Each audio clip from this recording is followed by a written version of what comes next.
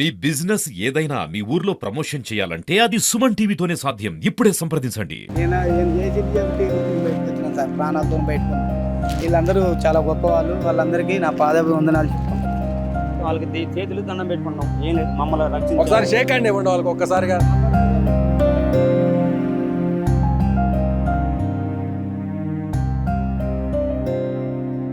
ఖమ్మం నగరంలో మున్నేరు వాగు బ్రిడ్జి మీద చిక్కుకుపోయినటువంటి 9 మందిని కాపాడినటువంటి వీరులు మనతో పాటు ఉన్నారు. వారిలో ఈ ముగ్గురు కూడా జేసీబీ డ్రైవరు సుభానితో పాటు ఈ ముగ్గురు కూడా వెళ్ళారు. ఈ ముగ్గురు వాళ్ళని తీసుకొచ్చారు.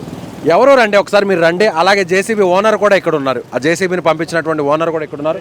మీరు రండి, ఒకసారి ఎలా కాపాడారు ఏంటి మీరు ఒకసారి వివరిస్తారు, చెప్తారా? ఎలా అసలు వీళ్ళు ఎలా వచ్చారు అది ఒకసారి ఎక్స్ప్లెయిన్ చేస్తారా? ఆ టైంలో ఏం జరిగింది ఒకసారి?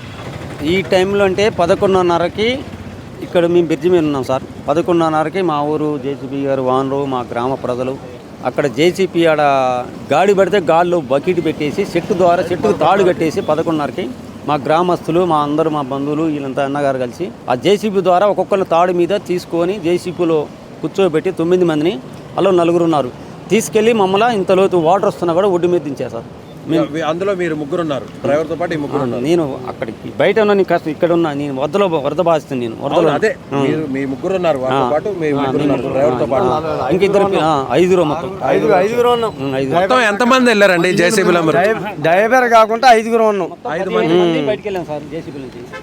మేము ముగ్గురం, ఇంకొక వేరే ఊరు వెళ్ళిండు ఒక పిల్లగాడు, ఇంకొక ఆయన వేరే ఊరు వెళ్ళిండు. మేము ముగ్గురం, వాళ్ళిద్దరు 5. మీరు ముగ్గురు వెళ్ళారు కదండి.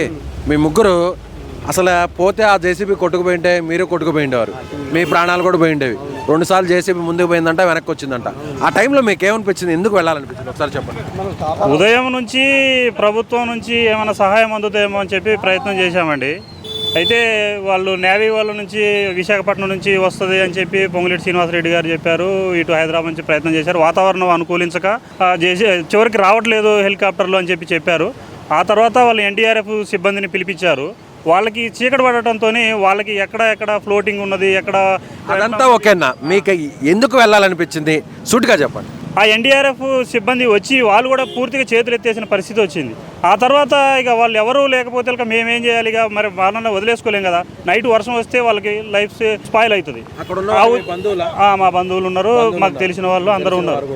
ఇక మేము ఊళ్ళో అందరం సమాయత్తమయ్యి మనోడు జేసీబీ డ్రైవర్, మన జేసీబీ ఓనర్ వెంకటరాములు అన్నతో మాట్లాడి, ఈ జేసీబీకి ఏదైనా ఇబ్బంది అయితే మేము దాన్ని బేర్ చేస్తాము, ఇబ్బంది ఏం లేదు, నువ్వు నిలబడు అంటే సరే అని చెప్పిండు. డ్రైవర్కి చెప్పిండు.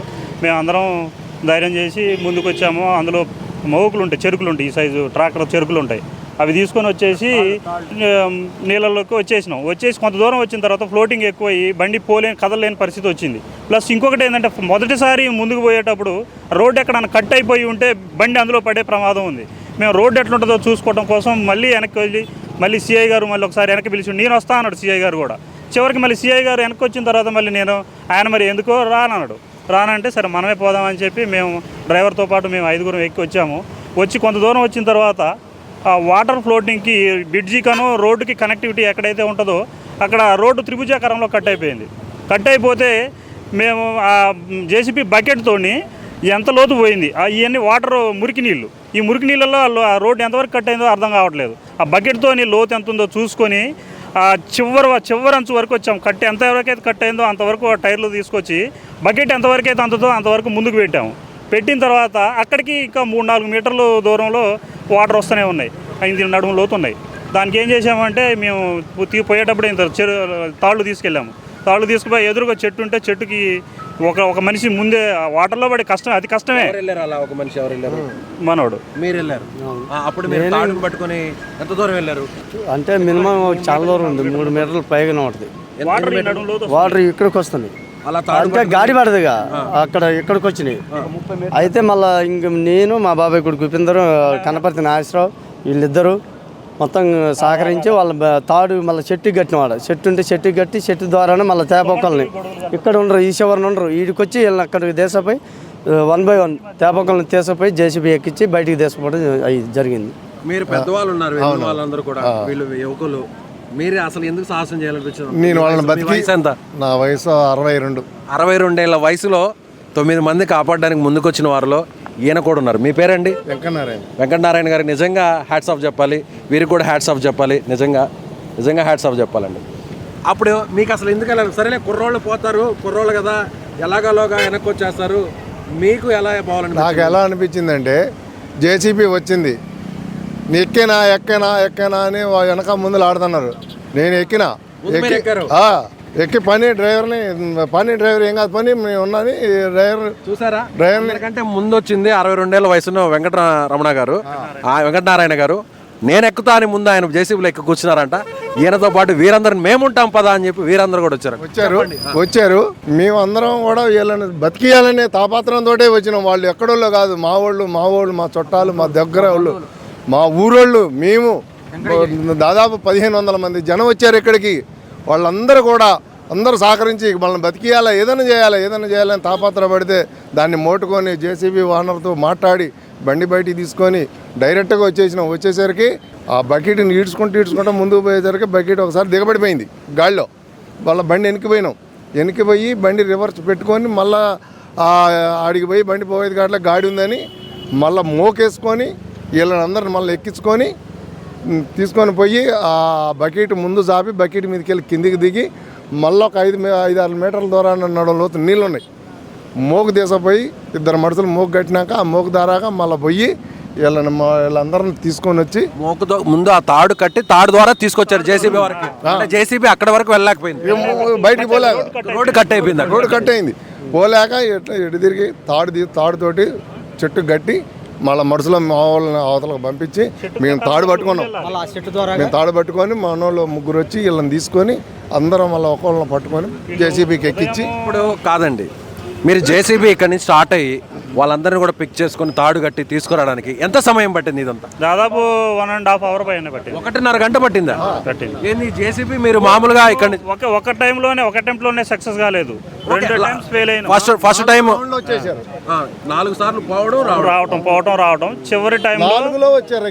4సారి చివరి టైంలో ఎంత టైం పట్టింది? చివరిసారిగా 30 గంట పట్టింది. అంటే ఈ చివరి వీళ్ళు రావాలి, తాడు కట్టుకోవాలి, ఆడ రోడ్డు చూసుకుంటా పోవాలి. ఆ రోడ్డు బండిని నడిపించుకుంటూ రావడమే మాకు అర్ధగంట పట్టింది. రైట్ అన్న, మీరు రండి ఒక్కసారి ముందుకు రండి. అర్ధగంట పట్టింది. అర్ధగంట వీరు వచ్చారు, వీరు ధైర్యంగా ఈయన తాడు కొట్టుకొని ముందుకు వచ్చాడు. జేసీబీలో ఈయన ముందెక్కాడు, ఈయనతో పాటు మేముంటాపా అని ఆయన వచ్చాడు. ఈయన టెక్నికల్గా ఈయన సహకరించాడు, ఏం చేయాలి అని చెప్పని ఇక్కడ అందరు పాత్ర పోషించారు. మీరు మా సమక్షంలో వాళ్ళకి ఎలా కృతజ్ఞతలు తెలుపుతారో ఒకసారి చూడాలని ఉంది. మమ్మల్ని సార్ వాళ్ళకి చేతులు దండం పెట్టుకున్నాం, ఏం లేదు మమ్మల్ని రక్షించి ఒకసారి షేక్ హ్యాండ్ ఇవ్వండి వాళ్ళకి ఒక్కసారిగా.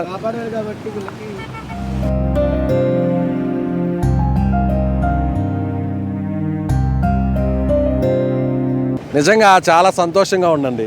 అంటే బయటపడినటువంటి వ్యక్తులు వీరు, కాపాడినటువంటి వ్యక్తులు వీరు.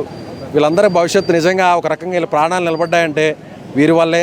అలాగే వీళ్ళ మంచితనం వాళ్ళే, వీళ్ళు మంచివారు కాబట్టి. అలాగే జేసీబీ ఓనర్ కూడా ఆయన సాహసం చేసి ఆయన కూడా పంపించారు కాబట్టి జేసీబీ ఓనర్ ఎక్కడ మా సమక్షంలో జేసీబీ ఓనర్ గారు ధైర్యం చేసి ఆయన తీసుకొచ్చారు. ఆయన మా సమక్షంలో ఒకసారి ఆయన కృతజ్ఞత తెలుపుతారా? రాన్న మీరు రండి, మీరు ఇందాక నుంచి అనుకున్నా. జేసీబీ కాబట్టి ఈరోజు బయటకు వచ్చినాం సార్, ప్రాణాలతో బయటకున్నాం. వీళ్ళందరూ చాలా గొప్పవాళ్ళు, వాళ్ళందరికీ నా పాదాభివందనాలు చెప్పుకుంటాను. నిజంగా ఈ ఇన్సిడెంట్ మన జేసీబీ ఓనర్ గారు ఉన్నారు, ఆయనతో మాట. సార్ వీళ్ళు వచ్చి ఇలా థ్యాంక్స్ చెప్తుంటే ఎలా అనిపిస్తుంది? నాకు చాలా హ్యాపీగా ఉంది సార్, నా మనస్ఫూర్తిగా చాలా హ్యాపీ అయినా సార్. నాకు చాలా సంతోషంగా కూడా ఉంది. వాళ్ళకి హెల్ప్ చేయటం అనేది నాకు చాలా సంతోషం కదా. రైట్ అండి. రియల్ హీరోస్ చాలామంది ఉంటారు, సాహస వీరుల్ని చాలామంది పుస్తకాల్లో చదువుంటాం, సినిమాల్లో చూస్తుంటాం.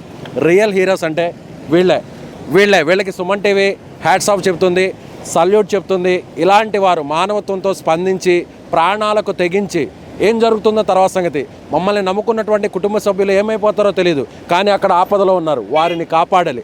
అదే ఆ వీరి కళ్ళ ముందు కనిపించింది. అందుకు తగ్గట్టుగా ఒక వ్యూహంతో వెళ్ళారు, అందరూ సహకరించారు, ఇప్పుడు ఇలా మన ముందు నిల్చున్నారు.